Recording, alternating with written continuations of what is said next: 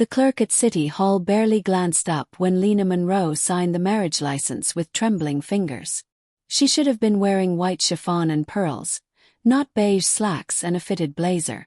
There should have been music, laughter, her grandmother's lace handkerchief, and that swelling, chest-tightening feeling people talk about before they say, "I do." Instead, Lena stood beside a man she'd known for 5 days. A man whose cologne smelled like sharp pine and unspoken rules. A man who hadn't even cracked a real smile since she met him. Cameron Vale, tech billionaire, calculated recluse. And now her husband. Well, temporarily. She tucked a strand of hair behind her ear and dared a sideways glance. Cameron was signing his part of the contract with mechanical grace. Clean, bold letters. Unshaken hands. No nerves. He could have been signing a merger agreement, not a marriage certificate. He didn't look like someone with anything to lose. But she knew better. His voice, low and steady, cut through the awkward silence. Still time to back out. Lena blinked. "Are you hoping I will?" His eyes flicked up, finally meeting hers. "Just offering you the out I never had." Before she could respond, the clerk cleared his throat and pushed the papers forward. "Congratulations, Mr. and Mrs. Vale. You're legally married." Legally married. The words hit harder than they should have. And just like that, the room felt too quiet, too still. Cameron turned and offered his arm like a gentleman in a Jane Austen novel, minus the warmth. "Ready to sell the illusion, Mrs. Vale?" She hesitated, then smiled slow and practiced. "As long as you're ready to play pretend, Mr. Vale." They walked out of City Hall as cameras flashed. Paparazzi tipped off by someone from Cameron's camp, no doubt. The photos would go viral by evening. Billionaire CEO marries wedding planner in surprise City Hall ceremony. To the world it would look spontaneous, romantic, chaotic in the best way. To Lena, it felt like a trap lined with velvet ribbon. The ring on her finger was beautiful, emerald cut, elegant, soulless. 6 months, that was the deal. Play the doting wife. Smile at charity events. Share a penthouse with the man who didn't believe in love, but had just bought it for a cool 6-figure sum. And maybe, just maybe, convince herself she wouldn't fall for him again. Would you ever marry a stranger if it meant saving your dreams? Let us know in the comments, and don't forget to like, subscribe and buckle up, because this love story's just getting started. Lena Monroe stood in front of the floor-length mirror in the penthouse bedroom, tugging awkwardly at the zipper of her dress. It was a designer, one of 6 Cameron had delivered for their first official outing as Mr. and Mrs. She hadn't chosen it. She wasn't even sure if she liked it. Too sleek, too cold. To her if she were born an ice queen with 6 nannies and a trust fund. "You look stunning." His voice slipped into the room like dark silk. She turned to find him leaning against the doorframe, a glass of scotch in one hand.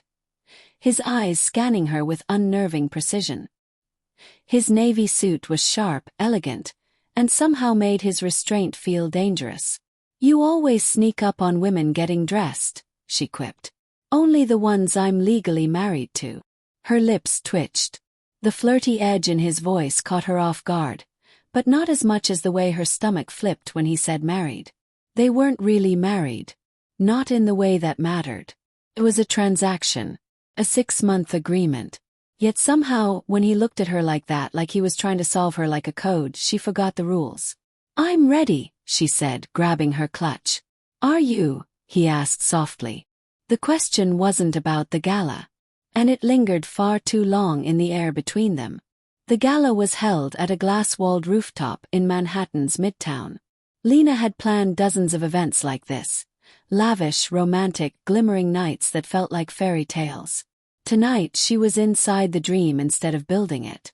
And it didn't feel dreamy at all. She clutched Cameron's arm as cameras flashed. People whispered. Women stared. His board members smiled too wide. Everything was choreographed. Except the heat radiating from the man beside her. "You should smile more," she muttered under her breath, teeth still locked in a polite grin. "You're doing enough smiling for both of us." And yet everyone still thinks I married you for your money. He looked down at her then, something flickering behind his eyes. Didn't you? He paused. No. I married you for my future. And for a second, she swore his expression softened. Later, after too many speeches and too little champagne, Lena slipped out onto the balcony to breathe. Beautiful view, came a voice behind her. He turned. A woman in a silver gown stood beside her, impossibly poised, sipping something bubbly. You must be Cameron's wife. That's what the ring says. The woman laughed. I'm Vanessa. We dated. Briefly. Years ago. Course. Vanessa glanced back through the glass doors toward Cameron. He's complicated. Doesn't do love if that's what you're hoping for. I'm not hoping for anything, Lena replied, voice steady. This isn't that kind of marriage. Vanessa tilted her head, amused. That's exactly the kind of marriage that turns into that kind of marriage. Lena didn't reply. In the car on the way home she was quiet. Cameron broke the silence. Vanessa always did talk too much. So you were watching. I always watch what's mine. The words were sharp, possessive, and unexpectedly thrilling. Lena's heart skipped. But she kept her voice cool. Am I yours, Cameron? He didn't answer. But his eyes, shadowed and unreadable, stayed on her all the way home. The next morning, Lena found a handwritten note beside her breakfast tray. Going to DC for meetings. Back Friday. You did great last night. E. She stared at the note longer than necessary. Her fingers ran over the curve of his C. She hated that it made her smile. On Friday he came back. And nothing felt the same. They had a dinner party that night for his board members. She wore a backless red dress. He wore the same cologne that always left her slightly dizzy. The first hour passed with polite smiles and practiced stories. Then someone brought up her past. I heard you were married before, one of the wives asked sweetly. That must make all this feel a bit déjà vu. Lena didn't flinch. It was a learning experience. Cameron's hand found hers under the table. Gently, protectively. She blinked in surprise. His fingers laced with hers. And squeezed. After the guests left, she turned to him. You didn't have to do that. I know. But you did. He didn't explain. Instead, he walked past her, loosened his tie and murmured, I'll be working in the study. She stood there a moment longer, heart racing, wondering why someone so emotionally unavailable could still make her feel more seen in 5 seconds than her ex did in 5 years. That night she couldn't sleep. So she wandered to the music room, one she'd insisted they keep when she moved in. A baby grand stood by the window. She sat, pressed a key softly. Then another. Lullaby. One her mother used to hum when Lena was sick. I didn't know you played, Cameron said from the doorway. She was startled. I don't. Not really. He came closer. Sat beside her on the bench. You have good hands for it. She blushed. You know how to flatter. That wasn't flattery. He turned toward her, eyes dark. That was a fact. Their faces were inches apart. I should go to bed, she whispered. You should. But neither of them moved. Then he stood. Slowly. His hand brushed hers. Good night, Lena. Would you fall for someone you were never supposed to love? Let us know in the comments. And if you're hooked already, hit that like button. It helps the story reach more hearts like yours. The morning sun spilled through gauzy curtains, casting golden shadows across the resort bedroom. Lena stirred first, fully clothed, curled up at the edge of the plush bed. She blinked at the empty space beside her. Cameron's side was cold. He was already gone. Their honeymoon weekend had been surprisingly tender. Quiet conversations, shared silences, and nearly a kiss. But like every beautiful moment between them, it was followed by distance. Would you risk everything for a love that wasn't supposed to exist? Let us know in the comments below. Don't forget to like and subscribe for more Made of Love stories. Later that day, at the resort spa lounge, wrapped in a silk robe, Lena sipped herbal tea and tried not to let her eyes wander toward the glass door where Cameron stood on a business call. His profile was sharp, still unreadable. He looked like a painting too expensive to touch. The spa attendant handed her a freshly pressed camellia flower and smiled. "Your husband ordered this for you. Said it was your favorite." Lena blinked. She hadn't told him that. Later, as they walked the resort path back to the suite, she asked, "How did you know about the camellia?" He shrugged, voice neutral. "Your Instagram. You posted about it last year. Was before your divorce."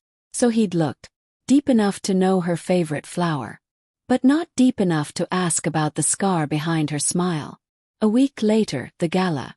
The company fundraiser at the Metropolitan Art Museum was elegant, curated, calculated, just like Cameron.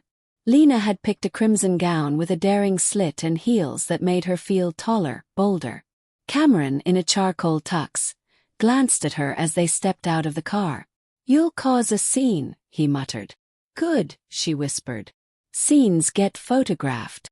They posed for the cameras, his hand at her waist, her smile radiant but slightly distant.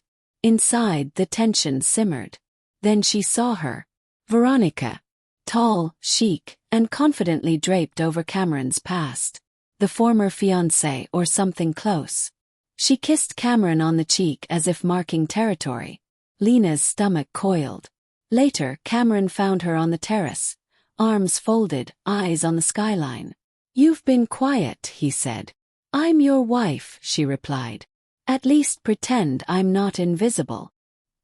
He looked at her for a long, heavy second. Then he kissed her.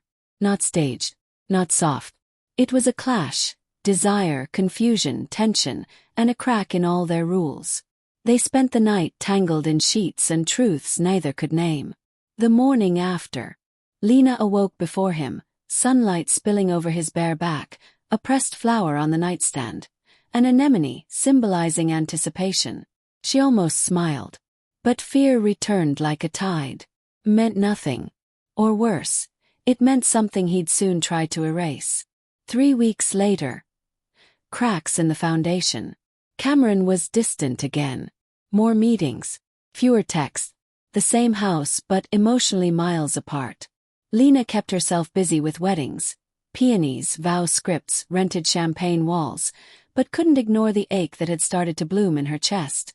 One night, while placing freshly pressed flowers into her scrapbook, she heard muffled conversation through the office door. "Cameron, his lawyer. End it early if we trigger clause 17. Yes, full dissolution. I don't need another month." Her hand froze. Another month. He was already planning the end. She slipped away quietly, heart fractured all over again. The confrontation. He found her that night packing a small overnight bag in the guest room. "You're leaving," he said flatly. She turned, voice trembling. "Don't worry. I'll fulfill the press appearances. I'll smile on cue. But after the next event, we're done." He was silent. She continued, softer. "You planned the end before we even began. That's not marriage. That's a transaction." He said nothing. So she handed him an envelope. Inside, her wedding ring and a pressed camellia, brittle and brown at the edges. Separation. Lena moved back into her old apartment. Small, floral, full of light and love letters never sent. Her business boomed, but her heart remained on pause. Cameron didn't call, didn't text, didn't fight for her. It hurt more than her divorce. Because this time she'd dared to hope. 6 weeks later, coastal wedding. She was organizing a ceremony on the cliffs of Maine, soft breeze in her hair, notes of Neruda tucked into the bride's vow scrolls. And then she saw him, standing in the crowd. No bodyguard, no assistant, just him, holding a camellia. After the ceremony, she found him by the hydrangeas. He handed her the flower. "I couldn't press it. I didn't want to flatten it. I wanted to give it to you the way it bloomed, in chaos. Like us." She stared at him. "I don't want a contract," he said. "I want to be reckless. I want bad jokes and burnt toast and you crying at rom-coms at midnight. I want everything you scare me with. Silence. Then he added, I want you. They kissed again, not for appearances, not for deals, just for love. What would you do if the person you married for convenience became the love of your life? Let's talk in the comments below. The wind off the Maine coast rustled the hydrangeas as Lena stared at the camellia Cameron held. Her breath caught, not from shock but from recognition. She'd once told a bride that camellias meant, my destiny is in your hands. She hadn't pressed one since. I thought I lost you, Cameron said softly, still holding the bloom.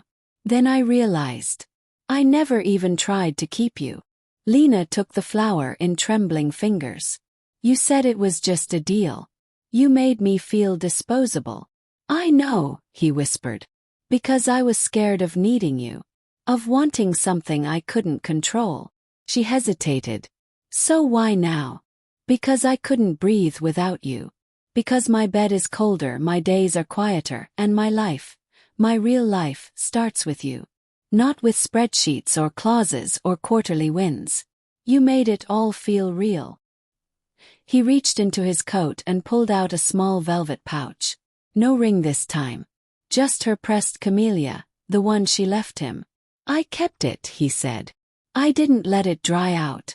I couldn't. Tears welled in her eyes. I don't want a convenient wife. I want you. The woman who cries during vows and names flowers after feelings. I want chaos. I want the mess.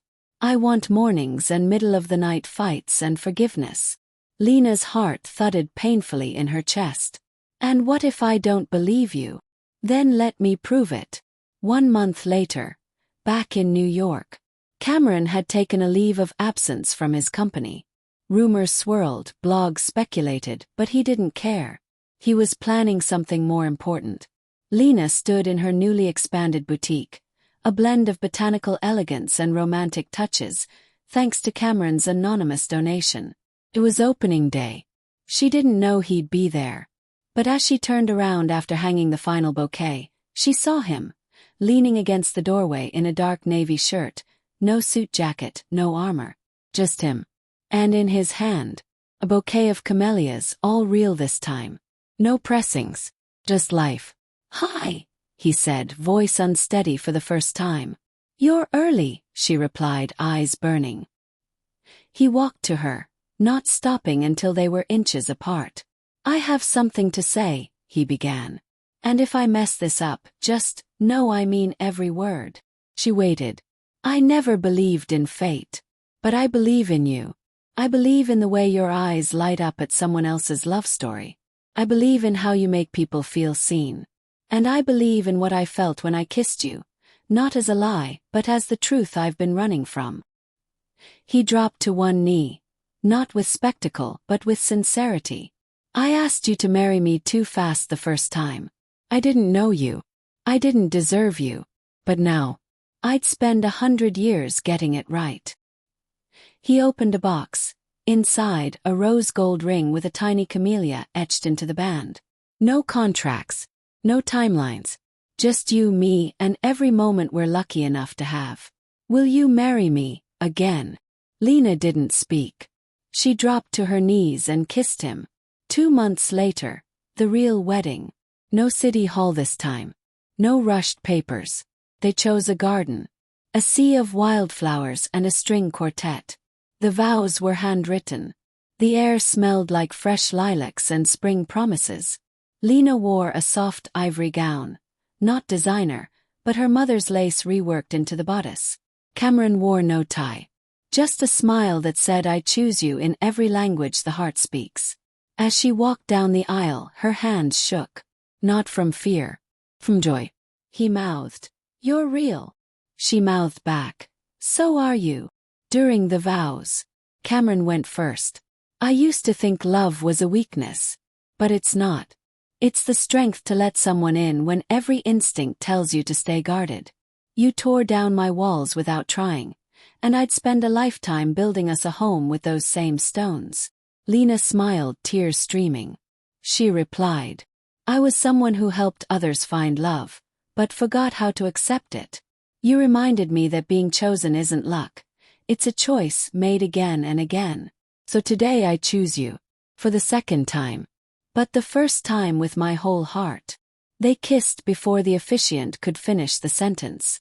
The crowd laughed, clapped, and the camellia in her hair fluttered like a secret finally spoken.